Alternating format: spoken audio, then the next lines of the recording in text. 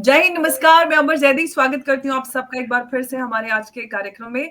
दोस्तों, एक ऐसा मुल्क जो हमेशा इज़राइल के साथ किसी भी तरह के संबंध रखने से इनकार करता रहा है, वो अब उसके साथ नज़दीकियाँ बढ़ाता हुआ नज़र आ रहा है और लंदन के वर्ल्ड ट्रैवल मार्केट में पाकिस्तान के टूरिज़्म एडवाइज़र और सीनियर इज़राइली ऑफ़िशियल के बीच में जो नज़दीकियाँ आते हुए हमने देखा और हैंडशेक इनफैक्ट हुआ, उसके ऊपर खबरें और चर्चाएँ बहुत ज़्यादा गर्म हो चुकी हैं और इनफैक्ट अगर हम प्रेज़िडेंट ट्रंप के इस टेन्योर की बात करते हैं क्योंकि पिछले पिछले टेन्योर में भी अब्राहम अकॉर्ड उनका एक अहम प्रोजेक्ट रहा था जिसमें तब खबरें ये थी कि almost Saudi Arabia Abraham accord sign करने वाला। उसके बाद जो इज़राइल में हुआ उसके बाद से सारी सिचुएशन पलट गई और फिर उनका भी टेन्योर खत्म हो गया। इसमें भी उनकी टॉप प्रायोरिटी में अब्राहम अकॉर्ड नज़र आता है और अभी भी खबरें आ रही हैं कि Saudi Arabia Abraham accord sign कर सकता है और सऊदी करेगा तो ऑफ कोर्स पाकिस्तान की भी नज़दीकियाँ बढ़ रही हैं क्योंकि पाकिस्तान वहाँ पर अपनी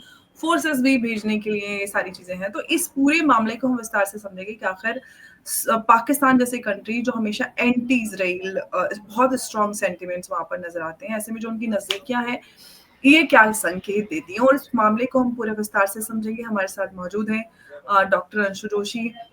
स्वागत है आपका। जय हिंद, नमस्कार। धन्यवाद बहुत बहुत अंबर। सभी दर्शकों को नमस्कार। भारत माता की जय।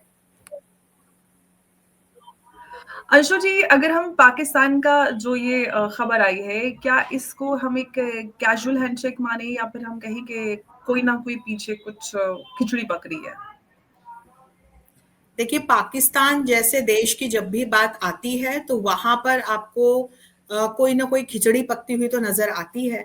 और अभी जो ये न्यूज वायरल हो रही है, एक वीडियो पिक्चर्स वायरल हो रहे हैं जिसमें बहुत बड़ा ट्रेड फेयर जो लंदन में आयोजित हुआ है, इसमें जो पाकिस्तान के टूरिज्म कोऑर्डिनेटर हैं यासिर इलियास, ये हैंडशेक करते हुए नजर आए अपने जो इनके साथ के वहां के इजराइल के पर्यटन के महानिदेशक हैं उनके साथ में।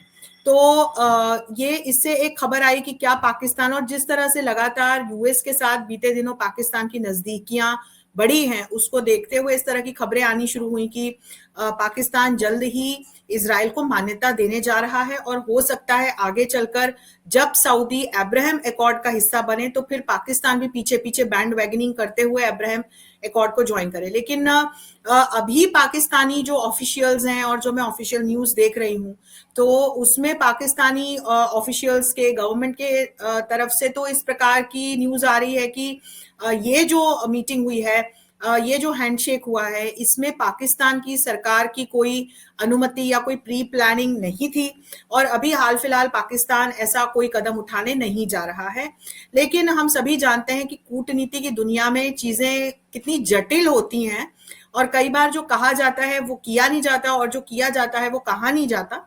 और इसको मैं इस तरह से समझाना चाहूंगी कि हमने बीते महीनों में, विशेषकर जब अमेरिका सीधे सीधे ईरान के साथ इंगेज हुआ, तो उस दौरान हमने देखा कि कैसे असीम मुनीर को न्योता मिला अमेरिका आने का और पाकिस्तान को कंटेन रखने के लिए, क्योंकि पाकिस्तान ईरान का एक बहुत पुराना अलाय है और पाकिस्तान की जो एक बॉर्डर है बलूचिस्तान की तरफ से, वो ईरान से सीधे सीधे मिलती है और चीन भी ईरान का एक बहुत पुराना अकम्प्लिस है, एक अलाइड नेशन है। तो एक ट्रंप ने इस प्रकार का कूटनीतिक दांव खेला कि मुनीर को झुंझुना थमा दिया उन्होंने कि भाई हमारे साथ दोस्ती का एक आप नया अध्याय खोलो। उसके आगे बहुत सारी न्यूज पे हमने चर्चा भी की, लेकिन इसका मेन जो मकसद था वो पश्चिम एशिया में पाकिस्तान और चीन को कहीं ना कहीं कंटेन रखना था कि वो ईरान की सहायता डायरेक्टली या इनडायरेक्टली ना करें। अब इसके बाद ये नजदीकियां लगातार बढ़ती गई और दूसरी ओर पैरेलली हमने देखा कि ट्रंप ने भारत जैसे देशों के खिलाफ मोर्चा खोला। तो फिर ऐसे में जाहिर था कि पाकिस्तान के साथ नजदीकियां और बढ़नी ही थी। पर इस समय देखिए, पाकिस्तान एक दुविधा में हमको पड़ता हुआ नजर आया, क्योंकि एक और मुनीर बैठे थे अमेरिका में। यदि आप अमेरिका के साथ अपना हैंडशेक करते हैं, आप अपनी रिलेशनशिप को आगे ले जाते हैं, तो इसराइल को यूं ही अमेरिका का 51st स्टेट, ये एक फ्रेज है जो यूज किया जाता है कि इसराइल अमेरिका का इतना क्लोज अलाई नेशन है, तो फिर आप इसराइल की भर्त्सना कैसे कर सकते हैं। तो एक तरफ मुनीर बैठे थे अमेरिका में और दूसरी ओर जो पाकिस्तानी ऑफिशियल्स हैं, गवर्नमेंट है, उसको फिर एक निकालना पड़ा था लेटर जिसमें कि इसराइल की भर्त्सना की गई थी। लेकिन दुनिया हंसी इस बात पर, तो अब जब हम जो ये इस प्रकार की जो स्थितियों को निर्मित होते हुए देख रहे हैं, उससे आगे चल करके कोई बड़ी बात नहीं है, क्योंकि एक तरफ सऊदी के साथ में भी इजराइल ने एक बहुत बड़ा डिफेंस अग्रीमेंट साइन किया। हालांकि जब अफगानिस्तान के साथ अभी इंगेज हुआ पाकिस्तान, तो हमने देखा कि सऊदी ने यहाँ पर कोई इस प्रकार की मिलिट्री एक्शंस पाकिस्तान के फेवर में तो ली नहीं है। तो वो अग्रीमेंट पे तो मुझे एक प्रश्न चिन्ह दिखाई पड़ता है, लेकिन ठीक है, स्ट्रेटेजिकली आगे बढ़ रहे हैं। तो यदि अब्राहम एकॉर्ड, जो ट्रंप के पहले रिजीम के दौरान उन्होंने एक बहुत ही एम्बिशियस ये प्लान ताकि पश्चिमी एशिया क्षेत्र में शांति हो, स्टेबिलिटी हो, को उन्होंने इनिशिएट किया था, तो यदि इसको सऊदी ज्वाइन करता है तो पीछे ये बात बिल्कुल सही है कि हो सकता है धीरे धीरे हमें पाकिस्तान भी वहां पर दिखाई पड़े। इसलिए संभावनाओं से तो इनकार नहीं कर सकते हैं। और रही पैलेस्टीन की बात, तो जो लोग ये सोचते हैं कि पाकिस्तान पैलेस्टीन की बहुत एक के साथ रहने वाला या सपोर्ट करने वाला देश है, तो मैं आपको बताऊं कि 70 के दशक में, आगे और जानकारी भी दूंगी, 70 के दशक में किस तरह से जॉर्डन की सहायता करते हुए लगभग 25,000 पैलेस्टीनियंस को मारने में पाकिस्तान का एक सीधा सीधा हाथ रहा है। तो पाकिस्तान जैसा देश ऐसा है कि उसे जो पैसा देगा, कई ऐसे एक्सपर्ट्स हैं जो ये मानते हैं कि जो पाकिस्तान की आर्मी है वो तो भाड़े की आर्मी है, जो पैसा देगा उसके साथ पाकिस्तान जाकर के खड़ा हो जाएगा। जी। और जो हम देख रहे हैं कि जो इनको पाकिस्तान ने जिस तरह से डिनायल इशू करना पड़ा इस पूरे मामले के बाद, तो उससे ये तो समझ में आता है अंशु जी कि कहीं ना कहीं जो नैरेटिव है उनके हाथ से निकलता जा रहा है, जो इसराइल को लेकर उन्होंने अपना किया है। लेकिन एक बात और जो मैं आपसे जानना चाहती हूँ वो ये कि क्या पाकिस्तान जो है वेस्ट एशियन जो कंट्रीज हैं, जो उस पूरे रीअलाइनमेंट को देखते हुए चुपचाप इसराइल के साथ जो है वो अपने दरवाजे खोल रहा है, ताकि जैसे अरब स्टेट्स ने किया वैसा ही वो कुछ करने की कोशिश कर रहा है, लेकिन जो ऑन ग्राउंड नैरेटिव है उसको भी कंट्रोल करने की कोशिश कर रहा है? क्योंकि जैसे हमने देखा था टीएलपी ने आवाज उठाई थी और साद रिजवी ने बड़ा आंदोलन किया, और उसके बाद हमने बहुत सारे लोग की वहां पर जाने जाते हुए देखे। निश्चित तौर पर अंबर, जो ये पूरी एक जटिल स्थिति पश्चिमी एशिया क्षेत्र में बनी हुई है, इसमें लगातार पाकिस्तान एक और इस बात को सुनिश्चित करने का प्रयास कर रहा है कि जो ये पूरा ऑर्गेनाइजेशन ऑफ इस्लामिक नेशंस है, इससे अलाइंड रहते हुए एक जो इस्लामिक वैल्यूज हैं उनको इंटैक्ट रखते हुए वो इन देशों के साथ खड़ा रहे। तो जितने भी ये तमाम प्रॉक्सीज हैं जिनको ईरान समेत ये तमाम देश आगे बढ़ाते हैं, चाहे उसमें हमास हो, हिजबुल्ला हो, हुतीज हो, तो वहां पर हम कहीं ना कहीं पाकिस्तान का एक इनडायरेक्ट रोल तो देखते ही, अलाइनमेंट भी देखते हैं। और मैं आपको याद दिलाऊं, इसमें उदाहरण थोड़ा सा हम अगर दूर चलकर अफगानिस्तान की ओर जाएं, तो हमने देखा कि जब पाकिस्तान में वहां के लोकल अफगानीज के अगेंस्ट तालिबान बनाया गया अमेरिका के द्वारा, वो एक अलग पूरा चैप्टर है सोवियट्स को पीछे करने के लिए। तो शीत युद्ध के दौरान ये पूरा एक चैप्टर खुला था जिसमें पाकिस्तान ने तालिबान को खड़ा करने में अपनी बहुत इंपॉर्टेंट भूमिका का निर्वहन किया था। बाद में जब इसी तालिबान का दंश देखा गया, तो फिर विशेषकर तहरीके तालिबान पाकिस्तान चैप्टर जब हमने देखा, वो मॉड्यूल देखा, तो हम फिर ये भी देखते हैं कि उसी अमेरिका के साथ मिलकर के इसी पाकिस्तान ने इसी तालिबान के अगेंस्ट भी लड़ाई लड़ी। फिर वहीं मैं दूसरा उदाहरण दूं, मैं आपको जॉर्डन का उदाहरण दे रही थी। 70 के दशक में जो ये ब्लैक सितंबर कॉन्फ्लिक्ट हुआ था, जो कि एक सिविल वॉर था पीएलओ के अगेंस्ट, पैलेस्टीनियन लिबरेशन ऑर्गेनाइजेशन के अगेंस्ट, जो जॉर्डन के किंग हुसैन द्वारा इनिशिएटेड था।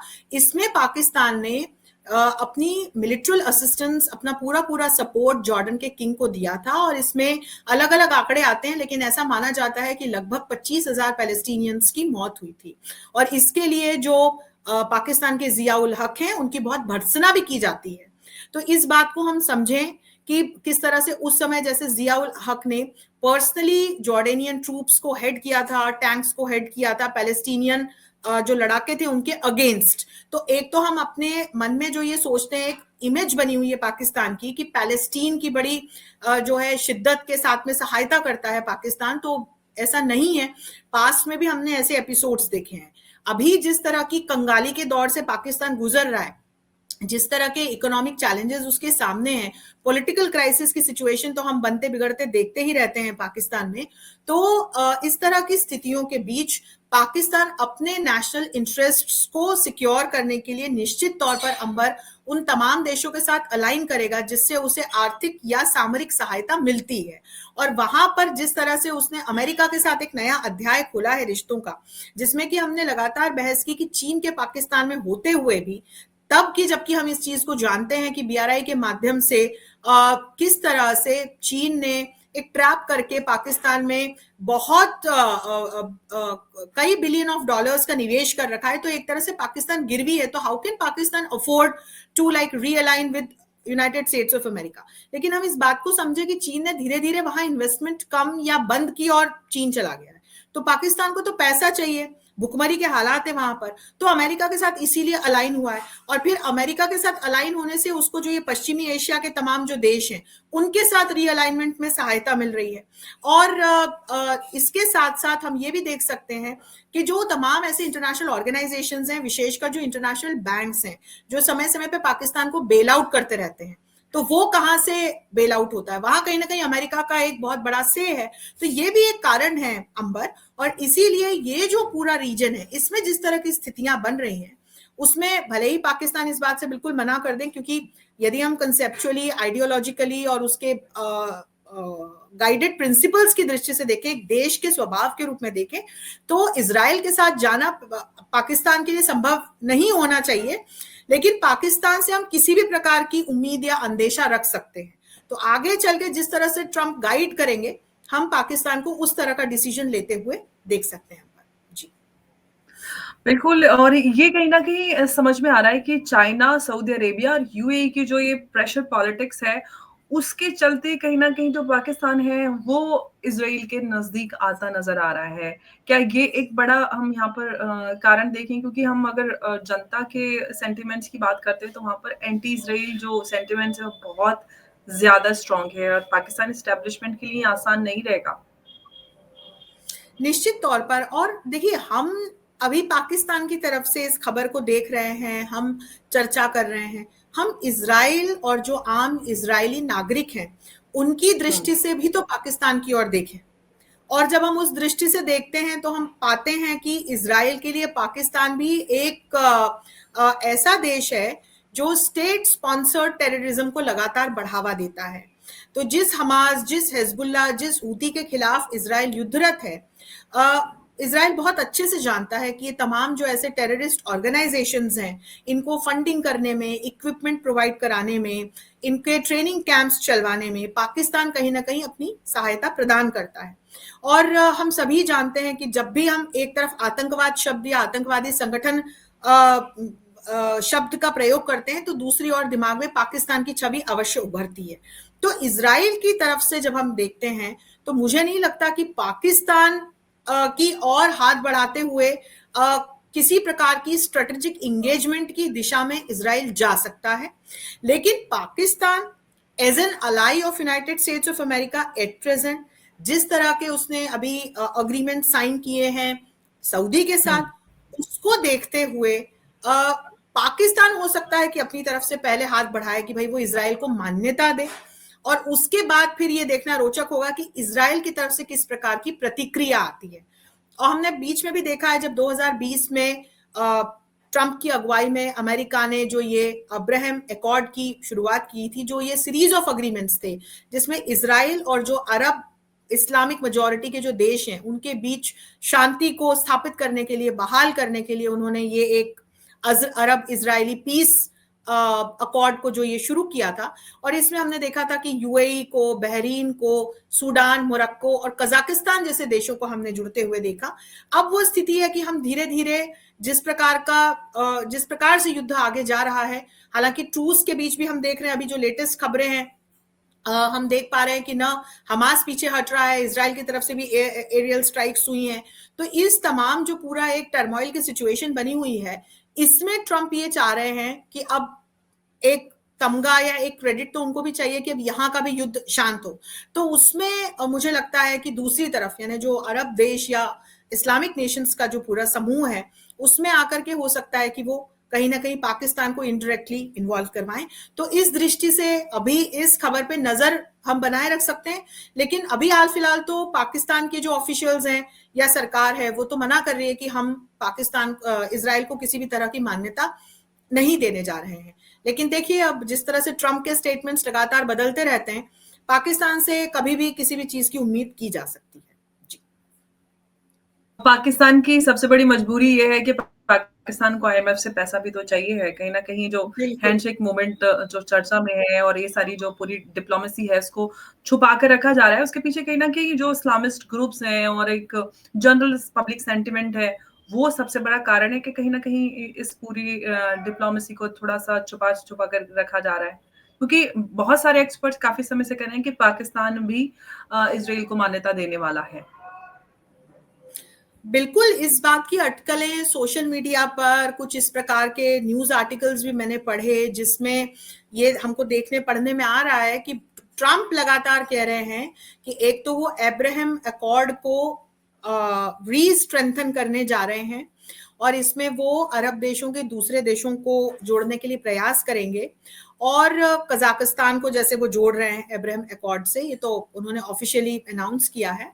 और पाकिस्तान के लिए भी उन्होंने इस प्रकार के स्टेटमेंट्स दिए हैं। तो कई अटकलें तो हाल फिलहाल बिल्कुल लगाई जा रही हैं, और लेकिन पाकिस्तान की तरफ से अभी हम इसको लेकर के एक नकारात्मक रुख देख रहे हैं। लेकिन अभी आप पाकिस्तान की खुद की स्थिति समझें, जो आपने स्वयं ने कहा कि आईएमएफ से उसको बेल आउट पैकेजेस भी तो चाहिए होते हैं, और ऐसी स्थिति में जब तक कि पाकिस्तान की अभी आर्थिक स्थितियां किस प्रकार की है, किस तरह के इन्फ्लेशन रेट्स हैं, जनता किस तरह से परेशान है, आटे दाल को लोग परेशान हो रहे हैं वहां पर, और लगातार अपनी सेना को सैन्य उपकरणों पर अपने बजट का एक बड़े से बड़ा हिस्सा पाकिस्तान लगातार इन्वेस्ट कर रहा है। तो दूसरी ओर स्ट्रेटेजिकली अपने नेशनल इंटरेस्ट्स को, अपने एग्जिस्टेंस को बनाए रखने के लिए शहबाज शरीफ और फिर हम मुनीर को भी देखें, वो लगातार ट्रंप के साथ मीटिंग्स तो कर रहे हैं, बातचीत भी कर रहे हैं। तो जिस तरह का ट्रंप का स्वभाव है, मुझे नहीं लगता कि they can afford to make Trump irritated या इस प्रकार की कोई भी हरकत करे जिससे कि ट्रंप चिढ़ करके जिस तरह का रुख भारत के लिए भी अपनाया है वैसा पाकिस्तान के लिए किसी प्रकार का कोई रुख अपनाए। क्योंकि अब पाकिस्तान हमें ऑल इन ऑल कहीं यूएस की तरफ खिसका हुआ या अमेरिका पर डिपेंडेंट तो दिखाई पड़ता है। तो इसीलिए अंबर, मैंने कहा कि हम इजराइल की तरफ से समझें तो इजराइल के लिए आतंकवाद को बढ़ावा देने वाले देशों में से एक उसके लिए पाकिस्तान है। लेकिन पाकिस्तान की जिस तरह की स्थितियां, और पाकिस्तान जिस तरह का बिकाऊ देश है, भाई जो देश जॉर्डन के हाथों बिक गया पैलेस्टीनियंस को मारने के लिए, जो देश चीन के हाथों बिक गया अपनी जमीन, अपने मिनरल्स, अपने लोगों का सौदा करने में, तो उस देश से आप क्या ही उम्मीद लगा सकते हैं। तो बिल्कुल संभव है कि आगे चल करके हम अमेरिका के साथ खड़ा हुआ देखें। अब जैसा अमेरिका कहेगा वैसा पाकिस्तान करेगा। तो अब देखना रोचक होगा कि आगे की स्थितियां किस प्रकार की बनती है। जी हाँ। लेकिन अंशुली, सबसे बड़ा सवाल ये है कि अगर पाकिस्तान जो है ओपनली इसराइल की बात करता है या इसराइल के साथ जो उनकी डिप्लोमेसी चल रही है उस पर खुलकर बात करता है, तो कश्मीर पे जो उसका स्टैंड है, जो या उनकी जो मॉरल आर्ग्यूमेंट है, वो तो खत्म हो जाएगी। फिर वो पूरी तरह से मुद्दा कहीं ना कहीं पीछे हो जाएगा। कश्मीर पर क्या रह जाएगा उनका स्टैंड? देखिए, कश्मीर का जो मुद्दा है वो तो खैर एक अलग पूरी चर्चा का विषय है, और जब हम कश्मीर की बात करते हैं तो it has always been an integral part of India. Bharat का मैं कहूं कि अभिन्न अंग वो प्रारंभ से ही है। ये तमाम जो पूरी चुनौतीपूर्ण स्थितियां उत्पन्न की, जिस तरह से आतंकवाद का पालन पोषण करके आतंकवादी संगठनों को यहाँ पर आगे बढ़ा करके, इनको जीवित करके और इनको बच्चों की तरह बड़ा करके पाकिस्तान ने बीते वर्षों में जो भी हरकतें करी हैं, अपने आप में एक लंबी चर्चा का विषय है। लेकिन आप बिल्कुल सही कह रही हैं कि यदि इजराइल के साथ जाता है तो फिर कश्मीर के मुद्दे पर क्या कहेगा।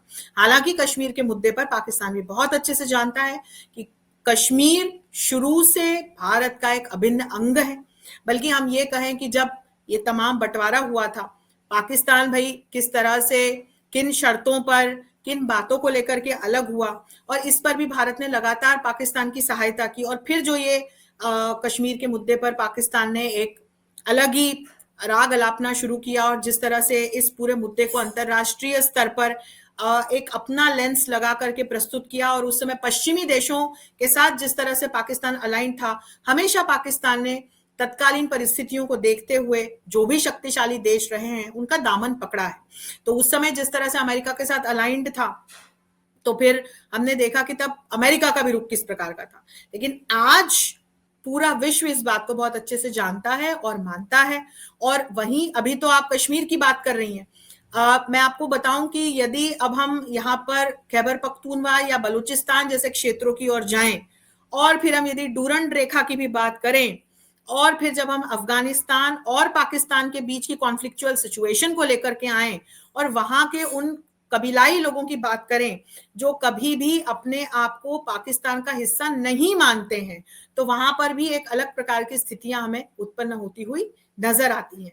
पर निश्चित तौर पर ये तमाम ऐसे बहुत महत्वपूर्ण बिंदु हैं जिस पर हम और हमें चर्चा करनी चाहिए, जिसको हम जब चर्चा में लेकर के आते हैं तो इसीलिए ये कारण है कि पाकिस्तानी अधिकारियों के या सरकार के माध्यम से हमें जो खबरें आ रही हैं वो नकारात्मक हैं कि भाई हम इजराइल को मान्यता नहीं देने जा रहे हैं। जी अशु जी, इन सारी चीजों से ये तो पता चलता है कि कहीं ना कहीं जो पाकिस्तान की फॉरेन पॉलिसी है वो नैरेटिव से ज्यादा कहीं ना कहीं सर्वाइवल ड्रिवन यहाँ पर नजर आती है।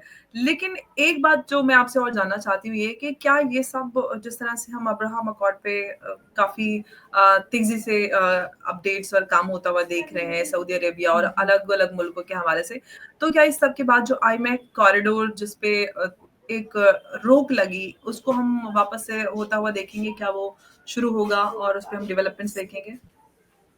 निश्चित तौर पर आप यदि आईमैक को देखें तो लगातार भारत की तरफ से भी इस बात के प्रयास किए जा रहे हैं कि यदि हमें चीन की विस्तारवादी नीति को कंटेन करना है कहीं ना कहीं, और यदि हमें क्षेत्रीय और वैश्विक स्तर पर जाकर अपनी सप्लाई चेन्स को रेजिलिएंट बनाना है, यदि हमें आपस के जो ट्रेड रिलेशंस हैं उनको और बेहतर बनाना है, यदि हम फ्री ट्रेड अग्रीमेंट्स की दृष्टि से देखते हैं, और यदि हम आपस में एक्सेस, चाहे वो व्यापार के लिए हो, सामरिक दृष्टि से हो, या फिर पीपल टू पीपल कनेक्ट्स की दृष्टि से हो, तो एक आईमैक कॉरिडोर की बात हम अलग अलग द्विपक्षीय और बहुपक्षीय मंचों से लगातार सुनते आ रहे हैं।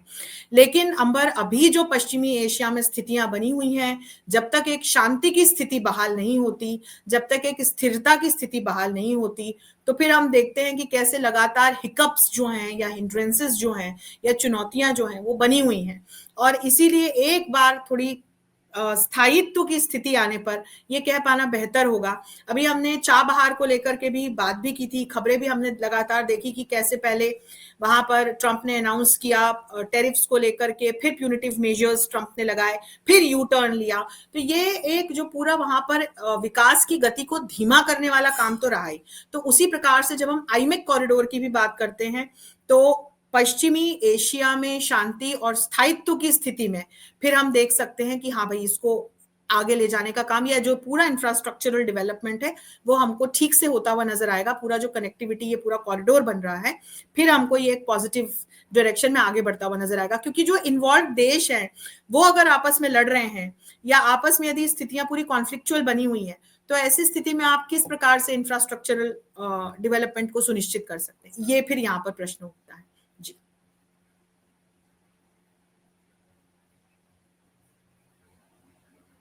आपको मेरी आवाज आ रही है? जी, मैं आपसे ये जानना चाहती हूँ कि जो लंदन में हमने देखा और जो ये हैंडशेक मोमेंट वायरल हुआ, क्या ये एक्सीडेंटल था या फिर हम ये कहें कि केयरफुली क्राफ्टेड, ताकि जो रिएक्शंस हैं उसको टेस्ट किया जा सके कि क्या लोगों के, खास तौर से पाकिस्तान के अंदर क्या रिएक्शन रहेगा, क्योंकि सबसे ज्यादा तो उनको पाकिस्तान की जनता और जो इस्लामिस्ट ग्रुप्स हैं उसका डर रहेगा।